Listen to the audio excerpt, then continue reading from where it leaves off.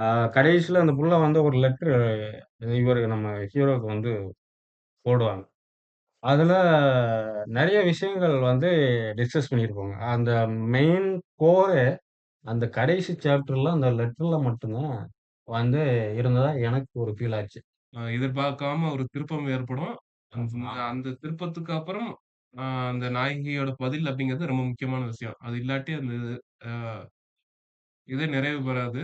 அந்த பதில் எந்த விதமா குடுக்குறாங்க அப்படிங்கிறதுல அந்த கடைசி இது இருக்குது. இருந்தாலும் இந்த ஃபர்ஸ்ட் போர்ஷன்ல இருந்து கடைசி வரைய அவரோட கேரக்டரைசேஷன் தான் அந்த அந்த காதலுக்கான அந்த விஷயங்கள அவர் ஏற்றுக்கொள்ளக்கூடிய மனப்பான்மைய வந்து ஏற்படுத்தியிருக்கும். ம். அது அந்த படத்துலயும் நம்ம பார்க்கலாம். அதே கேரக்டரைசேஷன அவரு வேற கதைக்களமா இருந்தாலுமே அந்த சியாம் அவருக்கு வந்து கரெக்ட்டா அ கடைசி வரையும் கொண்டு போயிருப்பாங்க. ஆ. லாஸ்ட் வரையும் அவருக்கு வந்து கொண்டு போயிருப்பாங்க. நம்ம அத வந்து ஃபீல் பண்ண முடியும். நம்ம ஆனா படிச்சோம்னா இன்னும் கொஞ்சம் ரொம்ப அதிகமா ஃபீல் பண்ண முடியும். ஆ. முக்கியமா நான் ஒரு சின்ன ஒரு விஷயத்த நான் செய்யறதுக்கு விரும்புறேன். ஆ. அவரோட கேரக்டரைசேஷன் பண்ணும்போது, அவரோட கேரக்டர் எப்படி இருக்கும் அப்படிங்கும்போது, ஹீரோவுடைய ஹீரோவோட ஆ, கேரக்டர் ஆ. வந்து ஆனா இதுல வந்து அந்த கேரக்டர் வந்து வேற மாரி காமிச்சிருப்பாங்க. அவர் வந்து ரொம்ப போல்டா இருப்பாரு. படத்துல வந்து ரொம்ப போல்டா இருப்பாரு. ஆ.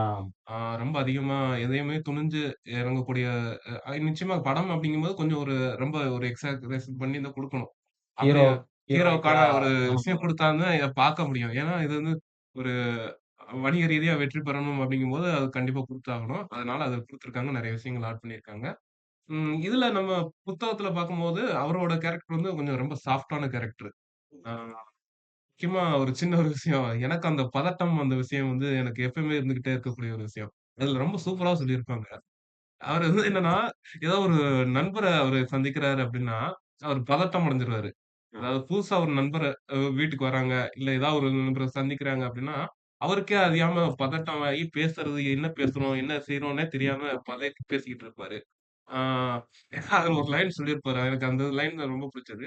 ஏதோ இப்ப ஒரு பெரிய தப்பு பண்ண மாரியும், ஏதோ வீட்டுக்குள்ள ஒரு கள்ள நோட்டு அடிச்சுக்கிட்டு இருக்க மாரியும், அந்த மாரி ஒரு ஆமா. பெரிய குற்றம் பண்ண மாரி பேச தெரியாம பேசி, அ அதனால அவங்க நட்புகள் வந்து நெறைய பேர் "என்ன இவன் கூட போய் பேசிக்கிட்டு இருக்கவா?" அப்படின்ட்டு தப்பிச்சு இவன்ட்ட எப்படா பேசும்போது தப்பிச்சு ஓடுற? ஆ. அப்படிங்கிற மாரி ஏன்னா, கற்பனை உலகுல வாழ்றவங்களோட ஒரு விஷயம் வந்து அவங்க என்ன பேசுறாங்க அவங்களுக்கே தெரியாம இருக்கும். ஆமா. அந்த ஒரு பதட்டத்த வந்து வெளி காமிச்சிருப்பாரு.